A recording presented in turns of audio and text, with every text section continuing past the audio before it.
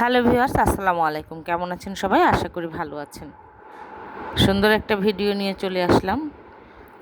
আমার লেখা প্রথম প্রকাশিত বই মিথিল লাল চিরুনি, এবং বইটির সাথে আজকে আপনাদের পরিচয় করাই দেব। এটা হচ্ছে 2021 সালে 2021 সালের বইমেলায় এটি প্রকাশিত হয়েছিল ঝিলমিল প্রকাশনী থেকে, অর্থাৎ অক্ষরবৃত্তর এটি শিশুদের বই প্রকাশের যে শাখা, সেখান থেকে বইটি প্রকাশক ছিলেন ফারজানা পায়েল, এবং এটা হচ্ছে জয়ন্ত মালোর অলঙ্করণে বইটি হচ্ছে সুন্দরভাবে সেজেছে। আর এর প্রচ্ছদ রচনা করেছে মোস্তাফিজ কারিগর। তো এই বইটার মূল্য ছিল তখন 200 টাকা, এবং এই বইটা কিন্তু আমি উৎসর্গ করেছি আমার মা এবং বাবাকে। তো এই বইটা আমরা কিভাবে প্রকাশ করি সেই গল্পটা আপনাদের বলতে চাই, আর এটার ভিতরে কি কি আছে সেটা নিয়ে আজকে আমার ভিডিও। আমার যখন লেখালেখি প্রথম বয়স বলতে আমি যখন থেকে লেখালেখি করি, এগুলোকে কিন্তু সংরক্ষণ করার কোনো তাগিদ আমার ছিল না। কিন্তু হলো গিয়ে যখন আমি পত্রিকায় এই করোনার মধ্যে অলস সময় যখন কাটাচ্ছিলাম, তখন আমার বড় বোনের উৎসাহে এবং তার পরামর্শে আমি আবার লিখতে শুরু করি এবং পত্রিকায় পাঠাতে শুরু করি। লকডাউনের ফাঁকে বা লকডাউনের আগে পরে যখন পত্রিকাগুলো চলেছে, তখন কিন্তু আমার অনেক লেখা সেখানে প্রকাশ পেয়েছে। আর আমার ধীরে ধীরে আত্মবিশ্বাস কিন্তু আমি ফিরে পেয়েছি, যে কীভাবে আমার লেখাও পাঠকের কাছে পৌঁছাতে পারি, এবং আমার লেখাও পাঠক পছন্দ করতে পারে বা প্রকাশক পছন্দ করতে পারে, এরকম একটা চিন্তা তৈরি হয়েছে। কারণ প্রায় প্রতিটা লেখাই আমার প্রকাশিত হয়েছে। প্রায় না বলতে গেলে আমার প্রকাশ হয়নি এমন লেখা খুবই কম, একটা দুটো হতে পারে, কিন্তু যতগুলো লেখা আমি পত্রিকায় পাঠিয়েছি বিভিন্ন পত্রিকায় কিন্তু প্রকাশিত হয়েছে সেগুলো। তো মিথিল লাল চিরুনি, এই গল্পটার মধ্যে একটা গল্প মিথিল লাল চিরুনি, সেই গল্পটা নিয়েই কিন্তু আমার এই নামকরণ করা। তো সেটা 5 বছরের একটা বাচ্চাকে নিয়ে। তার আগে আমি বলি এই বইটা কীভাবে আমার বই আকারে আসলো। এখানে যতগুলো 9টা গল্প নিয়ে আমার বইটা প্রকাশ পেয়েছে, তার কিন্তু প্রত্যেকটা কিন্তু গল্পই পত্রিকায় প্রকাশিত হয়েছে, এবং এটি হচ্ছে শিশুদের জন্য একটা খুব ভালো, শিশুদের জন্য একেবারে বলবো যে মনের মতো বই লেখাই বলতে পারি, কারণ প্রতিটা গল্পের ভিতরে কিন্তু বেশ চমক আছে বলে আমার বিশ্বাস। এবং এই গল্প যারা আমার কাছের মানুষেরা পড়েছে তারা কিন্তু আমাকে ভালো রিভিউই দিয়েছে। এবং এই বইটা প্রথম আমি যখন পাণ্ডুলিপিটা পাঠাই, ওরা পাণ্ডুলিপির আহ্বান করার পরে একটা প্রতিযোগিতা ছিল, সেই প্রতিযোগিতায় কিন্তু ওরা প্রকাশ করেছিল 800 কতটি পাণ্ডুলিপি, এটা ওরাই ভালো বলতে পারবে, বেশ অনেক সংখ্যাই বলেছিল। সেখান থেকে কিন্তু বেছে ওরা 20টা পাণ্ডুলিপিকে প্রকাশ করেছে, এবং তার মধ্যে মিথিল লাল চিরুনি একটা ছিল, এটা তাদের ভাষ্য মতে। তো সেখানে আমার এই লেখাটা নির্বাচিত হয়েছে, এই পাণ্ডুলিপিটা 9টি গল্প নিয়ে এই বইটি। তো এর প্রথম গল্পটা হচ্ছে মিথিল লাল চিরুনি, যেটা কিন্তু এই বইয়ে প্রকাশিত হওয়ার বইটা প্রকাশিত হওয়ার আগে এটা চলচ্চিত্র ম্যাগাজিন যে আছে, বাংলাদেশের চলচ্চিত্র ম্যাগাজিন যে নবারুণ, সেখানে কিন্তু এটা প্রকাশ পায়। এবং তখন কিন্তু আমার উৎসাহ আরও বেশি বেড়ে গিয়েছিল। এই গল্পটা হচ্ছে 5 বছরের একটা মেয়ে কীভাবে তার সবটুকু বিলিয়ে দেয়, তার স্বপ্ন, তার চিন্তা, তার আকাঙ্ক্ষা, সব কিছুতে সে তার বন্ধুর প্রয়োজনে বিপদে সে নিজের সবটুকু দান করে দেয়, সেইটা নিয়ে একটা গল্প। এবং এই গল্পটার মাধ্যমে কিন্তু বাচ্চাদের ভিতর দানশীলতার যে একটা মনোভাব, সেটা কিন্তু সৃষ্টি হতে পারে।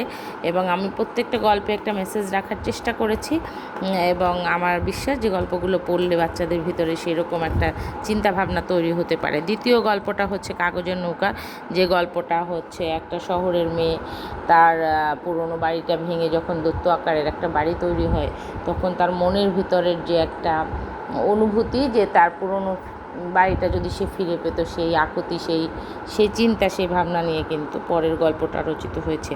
তারপরের গল্পটা কিন্তু হয়েছে প্রভার পাখি, একটা পাখির সাথে একটা একটা বালিকার একটা শিশুর আত্মিক যে সম্পর্ক গড়ে উঠেছে সে তার একটা বিবরণ এবং সুন্দর একটা অনুভূতি এখানে আছে।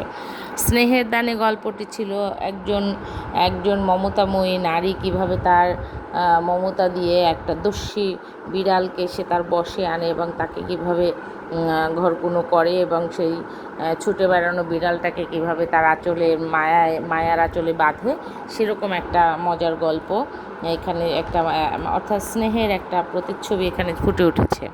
তারপরের গল্পটা ছিল একটা ঐতিহ্যের লড়াইয়ের গল্প, বংশ পরম্পরায় যে পরম্পরার ভিতরে যে এক ঐতিহ্য থাকে, তার কিছু পুরস্কার, তার কিছু কল্পকাহিনী, তার কিছু চিন্তাভাবনা, এরকম কিছু যে বিষয় এখানে ফুটে উঠেছে এবং অবশ্যই সেটা শিশুদের উপযোগী হয়ে এই গল্পটার মধ্যে প্রকাশ পেয়েছে। তারপরেও গল্পটা ছিল একজন সৎ মানুষের গল্প, মনোময়া সততা, তার শত দারিদ্রতার ভিতরেও সে কীভাবে তার সততাকে সে অটুট রেখেছে। তারপরে প্রভু ভক্তি, এই গল্পটাও ছিল একটা কুকুর কীভাবে তার প্রভুর তার মালিকের প্রতি তাকে যে পোষেন তার প্রতি সে কীভাবে তার নিজেকে প্রকাশ করেছে সেটার একটা গল্প। তারপরে হচ্ছে এখানে তার যে ত্যাগ, তার মালিকের প্রতি তার যে দায়িত্ববোধ, সে দায়িত্ববোধের কথা এখানে ফুটে উঠেছে। আর একদম মানে শেষের দিকে আছে একটা গাছের কান্না একটা গল্প আছে। সেই গল্পটা হলো একটা গাছের অনুভূতি এবং তার চিন্তাভাবনা, তার চেতনা নিয়ে এই গল্পটা। এবার একটা গাছেরও মন থাকতে পারে, একটা গাছেরও চিন্তা থাকতে পারে, সেরকম একটা অদ্ভুত বিষয় নিয়ে এই গল্পটা, এবং আশা করি শিশুদের অবশ্যই এই গল্পটা ভালো লেগেছে যারা পড়েছে। তারপরে হলো অদ্ভুত আয়না হলো এমন একটা গল্প যেটা একটা ম্যাজিক্যাল মিরর এবং এটার ভিতরে একটা রহস্য ভেদ হয় এই আয়নাটার মাধ্যমে, সেরকম একটা সুন্দর আকর্ষণীয় গল্প। তো এই বইটার শেষের দিকে আছে আমার পরিচিতি এবং ছবি, যেটা সব বইয়ে থাকে। এই বইটার প্রচ্ছদটা আমার যেমন ভালো লেগেছে তেমন কিন্তু পৃষ্ঠাগুলো সুন্দর ছিল। তারপরে হলো স্মার্ট ছিল, স্ট্যান্ডার্ড ছিল এবং মূল্যটাও কিন্তু মাত্র 200 টাকা ছিল। 2021 সালের বইমেলায় এটা প্রকাশিত হয়েছিল এবং এই বইটা কিন্তু কালারফুল, 4 কালার যেটাকে বলে, এবং হচ্ছে প্রতিটা ছবি হাতে আঁকা, প্রতিটা ছবি এবং প্রতিটা ছবিতে শিল্পীর যে একটা শিল্প সত্তার পরিচয় কিন্তু ছবিগুলোর ভিতরে ফুটে উঠেছে। আমার যেটা খুবই ভালো লেগেছে, সব থেকে ভালো লেগেছে প্রচ্ছদটা, এবং প্রচ্ছদে যে মেয়েটিকে আঁকা হয়েছে তার হাসিটা কিন্তু অনেক সুন্দর লেগেছে আমার। তারপরে এই বইটা আমাকে অনুপ্রাণিত করেছে এবং লেখার তাগিদ বাড়িয়ে দিয়েছে, আমাকে দায়িত্বশীল করেছে বলবো। কেন যেন আমার মনে হয়েছে যে এই বইটা যতজন পাঠক আমার পত্রিকায় লেখা প্রকাশিত হওয়ার পরে কিন্তু সেই অনুভূতিটা হয়নি, কারণ কে পড়েছে কে পড়েনি সেরকম কোনো রিভিউ কিন্তু বোঝা যায় না। কিন্তু বইটা প্রকাশিত হওয়ার পরে যারা পরিচিত জনেরা, চেনা মুখ যারা, তারা যখন বইটা পাঠ করেছে, পড়েছে, তারা যখন উৎসাহ দিয়েছে, তারা এই গল্পগুলো নিয়ে আলোচনা করেছে, কীভাবে হয়েছে, কীভাবে গল্পটা আমি আমার মধ্য থেকে প্রকাশ পেয়েছে, আমার কি বোঝাতে চেয়েছে, এগুলো নিয়ে যখন তারা আলোচনা করেছে, আমাকে কিন্তু এটা অনুপ্রাণিত করেছে এবং আমি খুবই আনন্দ পেয়েছি এ ব্যাপারে। আর তখন থেকে কিন্তু আমার লেখার জন্য আরও দায়িত্ববোধ বেড়েছে যে না, আমাকে আরও ভালো সতর্ক থাকতে হবে, আরও ভালো লিখতে হবে এবং পাঠকের হৃদয়ের কাছে যেতে হবে। সেরকম কিন্তু একটা স্বপ্ন মনের মধ্যে তৈরি হয়েছে, যেটা সব লেখকেরই আছে। সেটা কিন্তু আমার বেড়েছে, এই মিথিল লাল চিরুনির মধ্যে থেকে কিন্তু আমার দায়িত্বশীলতা আরও বেড়েছে বলবো।